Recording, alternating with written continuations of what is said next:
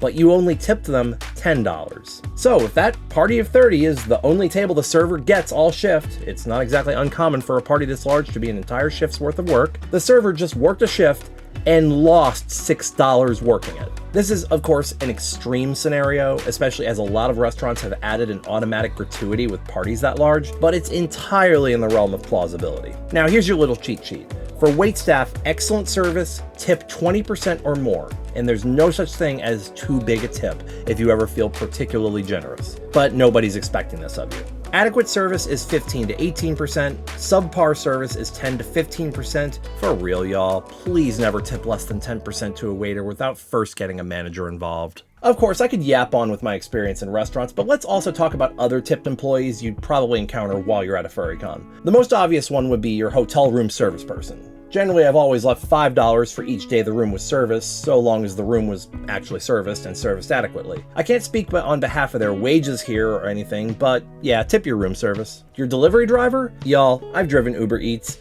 You know how much Uber paid me to drive an order to a neighboring town 27 miles away? $12. I would have declined the order had I seen the distance to money ratio in time before accepting the order, because it was like the first time that Uber had ever sent me a trip that long. Uber's base rates are generally like $2 to $4 for local deliveries before tip, and it's often to wait in a drive-thru for 20 minutes because somebody stubbed their toe before their shift, so the restaurant is switching to drive-thru only for the next month. Not sure if this applies to other delivery services and restaurant-owned ones, but please tip your delivery staff. Here's one I don't see a lot of folks talk about. Hotel staff, such as bellhop and valet.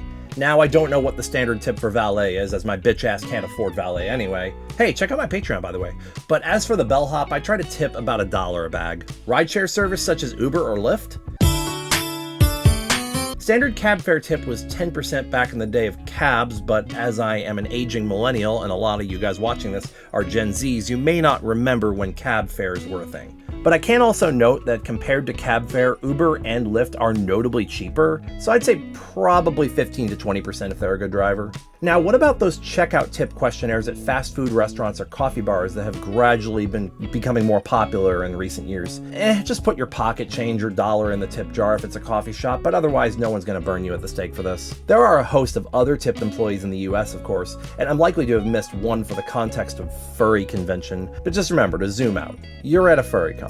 You're on vacation. A luxury that you are lucky to have. Those tipped workers want one too. Nobody, not even most waitstaff, enjoy or endorse our American tip culture, except maybe those counting the checks at the end of the day. Tip them right, but push for change.